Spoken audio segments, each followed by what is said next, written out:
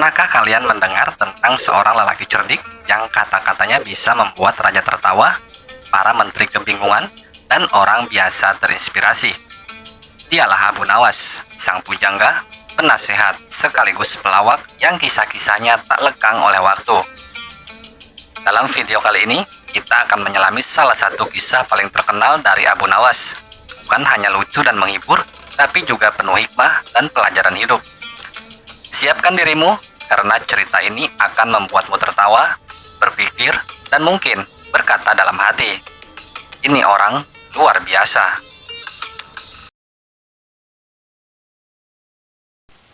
Baginda Raja sedang dipusingkan dengan keadaan negara yang semakin semrawut. Kian hari hidup rakyatnya kian sengsara. Baginda Raja berencana membuat kebijakan yang bertujuan untuk mensejahterakan rakyatnya. Maka dipanggillah Abu Nawas ke istana untuk diminta pendapatnya. "Wahai Abu Nawas, aku butuh nasihatmu."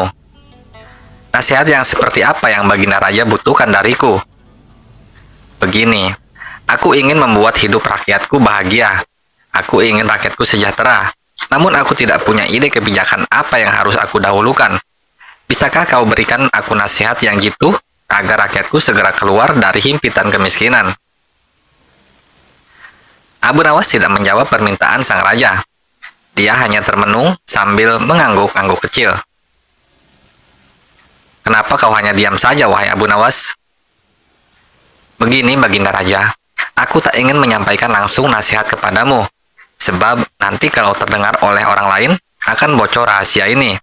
Sebaiknya aku tulis saja nasihat dan aku akan kirimkan secarik surat besok hari." "Baiklah Abu Nawas, aku tunggu suratmu besok hari."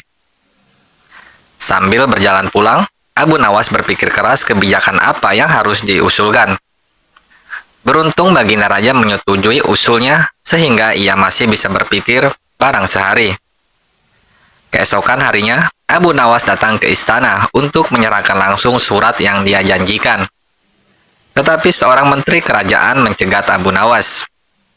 "Hai Abu Nawas, ada keperluan apa kamu ke istana?" "Saya ingin menyerahkan surat ini kepada Baginda Raja, wahai Bapak Menteri." "Tinggalkan saja suratmu itu di sini, karena Baginda Raja saat ini sedang tidak mau ditemui." Menteri kerajaan ini berusaha menghalangi niat Abu Nawas untuk menemui Baginda Raja, sebab beredar kabar Abu Nawas ingin memberi nasihat kepada sang raja. Menteri ini sudah terkenal ingin menggulingkan Baginda Raja. "Baiklah Bapak Menteri, saya titipkan surat ini kepadamu." Abu Nawas tidak dapat mengelak dan dengan berat hati, dia tinggalkan surat rahasia itu kepada Menteri Kerajaan. Sepeninggal Abu Nawas, Menteri tersebut membuka surat rahasia dan membaca isinya. Alangkah senangnya hati Menteri Kerajaan mengetahui isi surat tersebut. Bergegas Menteri tersebut menukar isi surat itu dengan memberikannya kepada Baginda Raja. Baginda Raja menerima surat itu dari Abu Nawas melalui menterinya.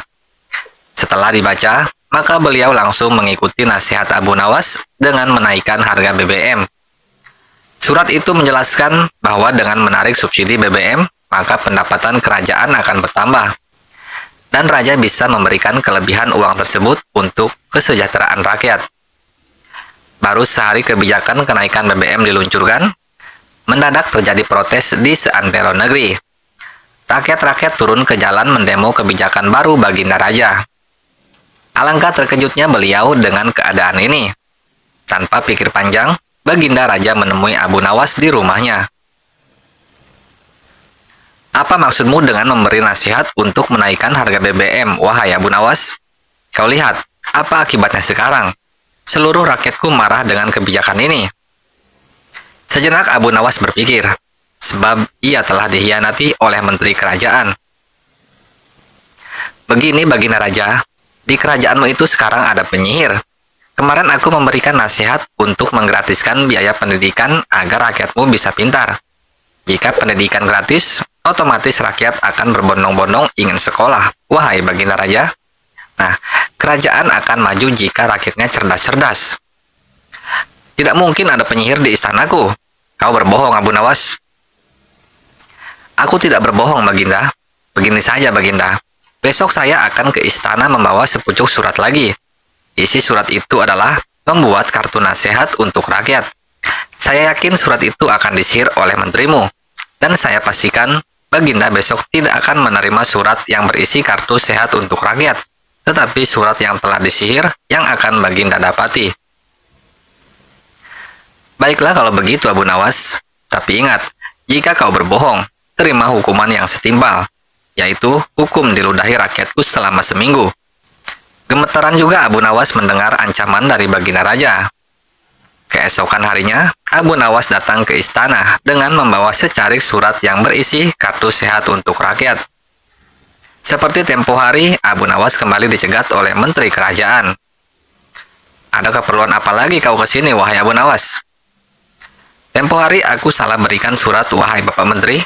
Surat yang sebenarnya itu adalah yang ini. Surat kemarin itu berisi tentang kebijakan yang menggratiskan pendidikan.